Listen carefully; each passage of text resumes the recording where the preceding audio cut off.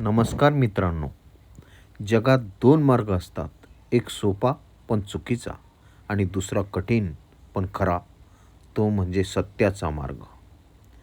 आजच्या काळात खोटं बोलणं, फसवणूक करणं, तात्पुरता फायदा मिळवणं हे सगळं सहज शक्य आहे.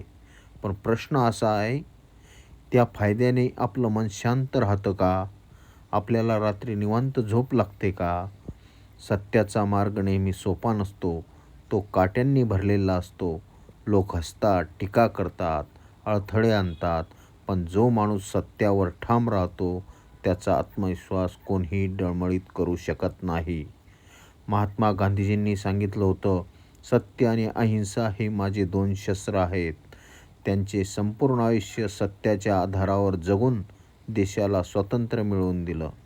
मित्रांनो, सत्य म्हणजे फक्त खोटं न बोलणं नव्हे. सत्य म्हणजे योग्य गोष्ट करणं, प्रामाणिकपणे वागणं, स्वतःच्या चुका मान्य करणं. लहान मुलगा शाळेत चूक करतो. त्याच्याकडे दोन पर्याय असतात. एक, खोटं बोलून सुटका करणे आणि दुसरं, चूक मान्य करून शिक्षा स्वीकारणे. पहिला मार्ग त्याला तात्पुरती सुटका देईल, पण दुसरा मार्ग त्याला आयुष्यभरासाठी मजबूत बनवेल. सत्य माणसाला मोठं बनवतं. सत्य माणसाला आदर मिळवून देतं आणि सर्वात महत्त्वाचं, सत्य माणसाला स्वतःसमोर उंच उभं राहायला शिकवतं. आपल्या संस्कारामध्ये नेहमी सांगितलं जातं, सत्य हेच परमेश्वर आहे. कारण सत्यात शक्ती आहे, सत्यात विश्वास आहे, सत्यातच खरी प्रगती आहे. आजपासून आपण एक छोटी शपथ घेऊया.